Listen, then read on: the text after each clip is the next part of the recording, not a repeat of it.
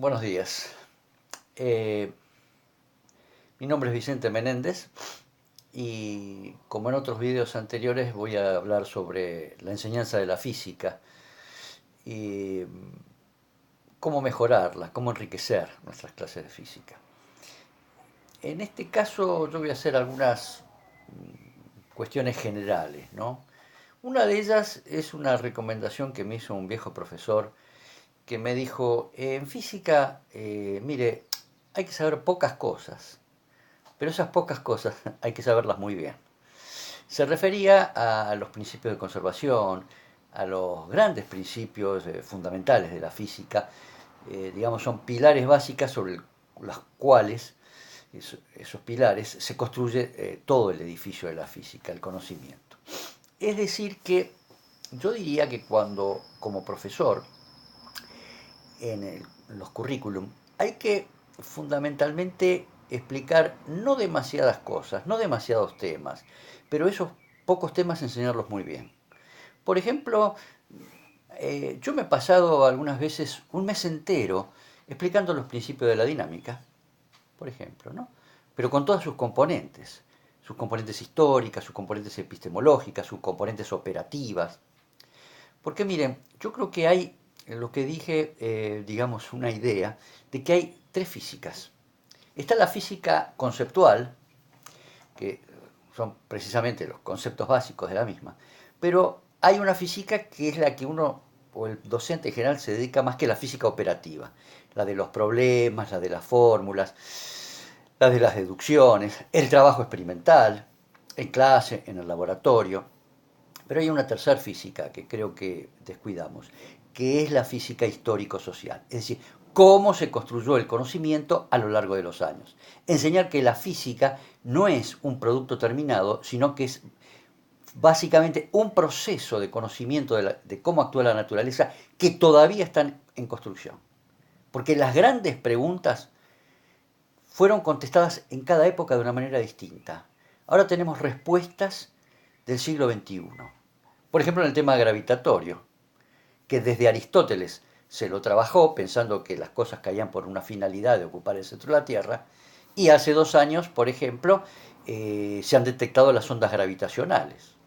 Y todavía es una teoría, una hipótesis de la energía oscura, de la materia oscura, responsable de la expansión de las galaxias, del universo. Es decir, no está terminado el tema gravitatorio, no está terminado el tema de por qué caen los cuerpos, cuestiones tan simples.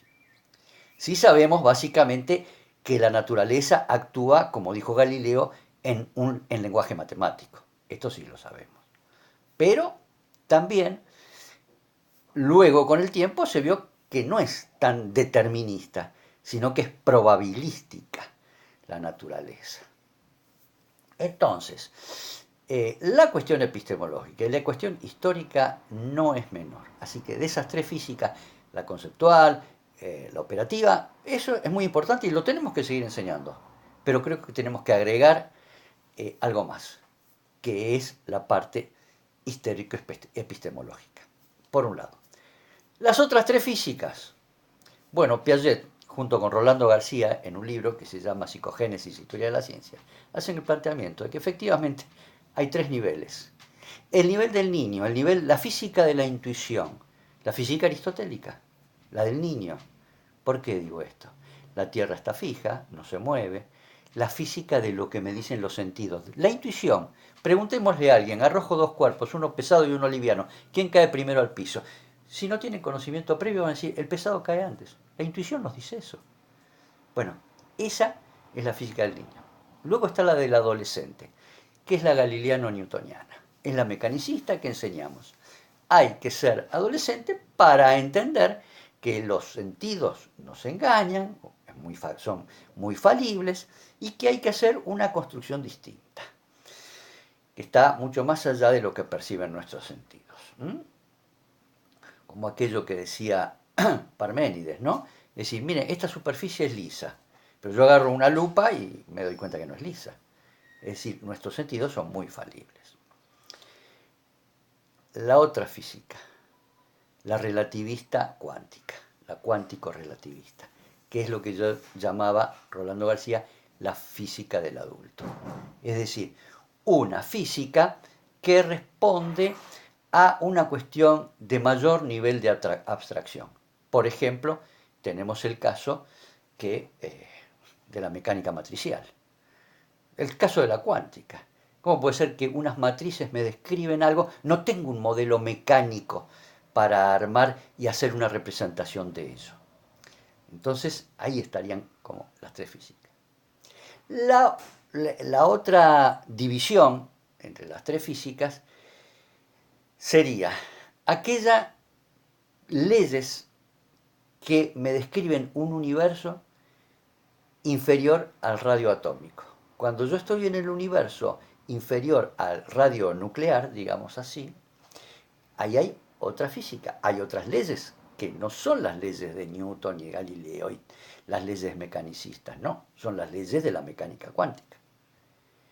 El 99% del mundo sí está regido aproximadamente por las leyes de Newton y por las leyes de la llamada mecánica clásica. Pero cuando nos acercamos a la velocidad de la luz, cuando vemos que un objeto está yendo cercano a la velocidad de la luz, resulta que ahí no valen las leyes que nosotros enseñamos de la mecánica clásica. Valen otras leyes, la de la mecánica relativista. Entonces ahí tendríamos otras tres físicas. Esto es una cuestión interesante que no debemos soslayar, y aunque no haya, obviamente, en nuestros alumnos de escuela secundaria un conocimiento suficiente como para entender las leyes de la mecánica cuántica o las leyes de la relatividad, pero lo tenemos que decir.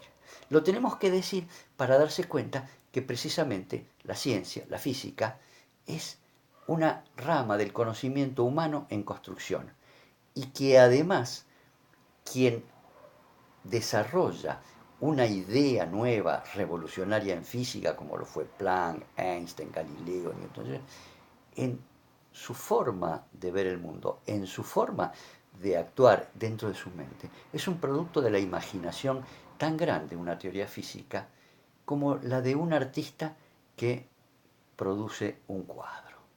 Esto es lo importante, porque la física no es algo que está dentro de una campana de cristal, que se desarrolló al costado de la historia de la humanidad.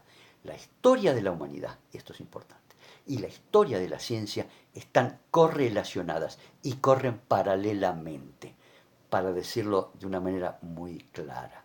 No podría haber surgido la relatividad y la cuántica antes del siglo XX, como no pudo haber surgido la mecánica clásica de Galileo fuera del posrenacimiento italiano. ¿Por qué? Porque el progreso de la humanidad desde la antigüedad hasta nuestros días ha sido un progreso que, lento muchas veces, estancado otras, revolucionario, y así en ese proceso de la historia de la humanidad se da en ese contexto el progreso de la ciencia y obviamente de su hija, la tecnología, porque no hay tecnología sin desarrollo científico, que es lo que ha modificado la historia del mundo. Y esto es algo importante que nosotros como profesores de ciencia tenemos que darle a nuestros alumnos, que estamos formando y que no todos van a ser ni físicos ni ingenieros, van a ser ciudadanos, y necesitamos que esos futuros ciudadanos sean responsables y tengan en mente que la ciencia es importante por estas cuestiones y no solamente por desarrollar una fórmula y hacer bien un despeje de términos. Gracias.